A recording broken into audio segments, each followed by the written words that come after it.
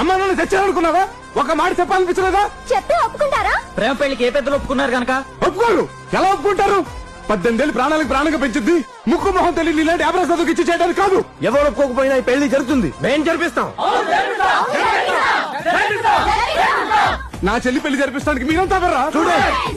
Students అంటే బాగా చదువుకుని తల్లిదండ్రుల పేరు తీసుకురావాలి, దేశానికి ఉపయోగపడాలి. అంతేగాని ఇలాంటి బోకాడికి ఒత్తాస పలుకుతూ లేపుకొచ్చి పెళ్లి చేసే వాళ్ళు స్టూడెంట్స్ అంటారు, బ్రోకర్లు అంటారు. ఒక అన్నగా చెల్లి పెళ్లి చేయాల్సిన పోయి ఆపుతారా? నువ్వెవరు? టీవీ 10 రిపోర్టర్ ని. మీ టీవీ వాళ్ళకి ఇలాంటి దొంగ పెళ్లి కవర్ చేయడం, రోజంతా వాటిని ప్రసారం చేయడం తప్ప వేరే పనిలేదా? ప్రజల పక్షాన పనిచేస్తున్న టీవీ 10 ని మీరు ఇన్సల్ట్ చేస్తున్నారు. ఇది ప్రజల సమస్య కాదు, మా కుటుంబ సమస్య. ఇంట్లో సమస్య వీధిలో పడింది, అందుకే వీళ్ళంతా ఏకమయ్యారు. కాబట్టి ఇది ప్రజా సమస్య. సరే, నా చెల్లి పెళ్లి ఎవరితో జరిగితే ప్రజలందరూ సంతోషిస్తారా? కూతురు జీవితం నాశనం అయిపోయిందని తల్లిదండ్రులు బయటకు చేస్తే ప్రజలు సంతోషిస్తారా? అంటే మీరు ఈ పెళ్లి ఆపుతారా? పర్సనల్ వాటిని పబ్లిక్ చేసి లాభం పొందాలనుకున్న మీలాంటి వాళ్ళకి సమాధానం చెప్పాల్సిన అవసరం నాకు లేదు. మీ అమ్మాయి నా అబ్బాయికి చేయడానికి అభ్యంతరం ఏంటి? వాడి మీద మీకు అంత ప్రేమ ఉంటే మీ కూతురు చెల్లిని వచ్చి చేయండి. ఇది పోలీస్ స్టేషన్. పోలీస్ స్టేషన్ లో మోసపోయిన వాళ్ళని కాపాడాలి సార్. టీనేజ్ పిల్లలు తప్పు చేస్తుంటే తప్పని చెప్పడం పోయి వాళ్ళు ఎంకరేజ్ చేస్తారేంటి?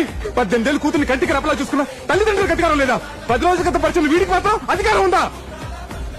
పేరు పెట్టాలంటే తల్లిదండ్రులు కావాలి, స్కూల్లో జాయిన్ చేయాలంటే తల్లిదండ్రులకు పర్మిషన్ కావాలి, హాస్పిటల్ తీసుకెళ్తే పేరెంట్స్ పర్మిషన్ అడుగుతారు. కానీ జీవితాంతో కలిసి ఉండే పవిత్రమైన పెళ్లికి మాత్రం అమ్మ నాన్న పర్మిషన్ అవసరం లేదా? బాగుంది సార్, మీ చట్టం చాలా బాగుంది.